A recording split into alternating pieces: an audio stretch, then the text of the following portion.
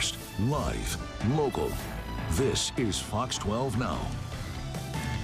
Hello, everyone. This is Fox 12 Now. I'm Greg Nibbler. Thank you very much for joining us. We are live streaming here from Fox 12 Oregon, as we do every weekday starting around 1 p.m. and going throughout the afternoon, and we cover a wide range of topics. This is February while we are live right now, but we're almost here to March, and March happens to be Colon Cancer Awareness Month, and it's a good time to make sure that you're up to date and understand some of the important things to know about this. And to do so for us, we are now joined by Dr. Parsons from Kaiser Permanente Northwest. Doctor, thank you very much for having some time to talk to us. Obviously, this is a very important issue, and there's a lot of things that maybe people aren't aware of that they should know about this. So since we do know March is Colon Cancer Awareness Month, I'll just start off with that. What are some of the big things that people should know? I think people need to know that colorectal cancer is the second leading cause of cancer death in the United States, affecting about 150,000 people in the United States every year. And the good thing is that with proper screening, we can reduce the risk of colon and rectal cancer, and we can reduce the chances of dying from it. And when it comes to getting those screenings, who should be getting, screened for that? What's the proper age, all of that? Yeah, the American Cancer Society since 2018 now recommends that everybody over the age of 45 gets screened for colon cancer in one way or another. So everybody over 45 should be getting that. And are there any particular, statistics that are coming out as far as people who are getting it more than others, or something, perhaps groups that may be more vulnerable to getting this?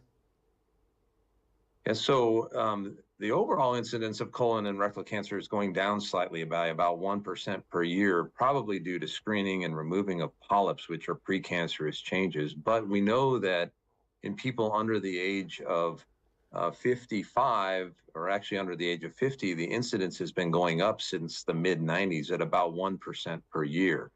So what we're seeing is an increased risk of colon cancer in young people, and that's why the American Cancer Society recommended the screening starting at age 45. In fact, 1 out of every 5 people diagnosed with colon cancer are now under the age of 55, and colon cancer is the leading cause of cancer deaths in men under the age of 50. So we're seeing this movement toward younger people developing colon cancer, and they tend to present it at more advanced stages, probably because they're not getting screened as much as older people. So there's a big push to screen younger people. What are some of the, causes or things that you could be doing that may lead to colon cancer? Is there much research in that?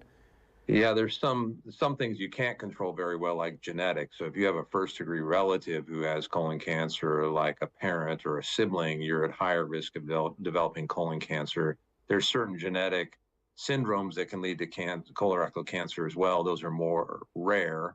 But then there's lifestyle changes as well. So things that can lead to increased risk of colon cancer, and some other cancers include smoking, drinking in excessive amounts of alcohol, obesity in itself, and eating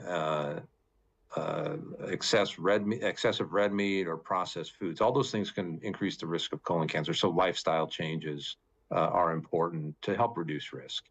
And for those out there who should be getting this screening, what are the steps they should be taking in order to get that accomplished?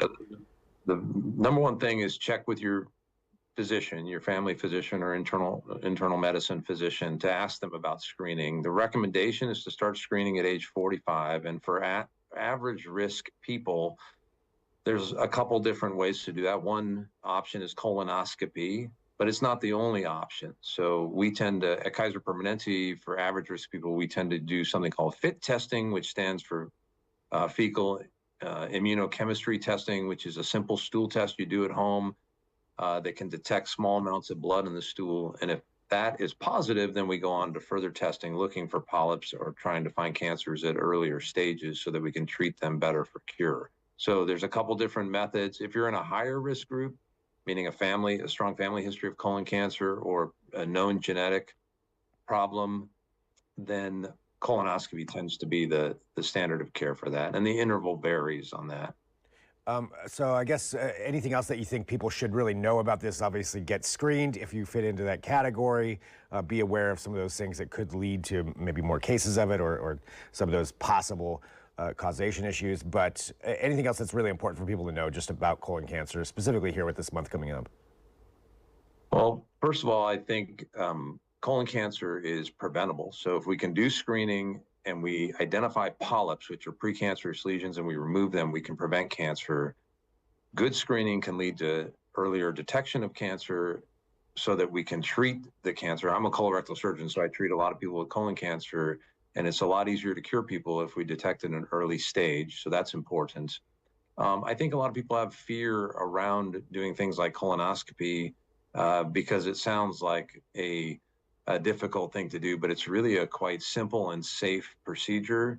If you need a colonoscopy, again, not everybody gets colonoscopy at first. We do other forms of screening, but if it does come to colonoscopy, I think there's a lot of stigma around it. A lot of people have nervousness around it, but it's a really safe, easy procedure to do. And it's something we ought to talk about because screening and preventing and treating cancer early is a lot better for people than presenting with more advanced stage cancer, which becomes life altering and very difficult to deal with at times.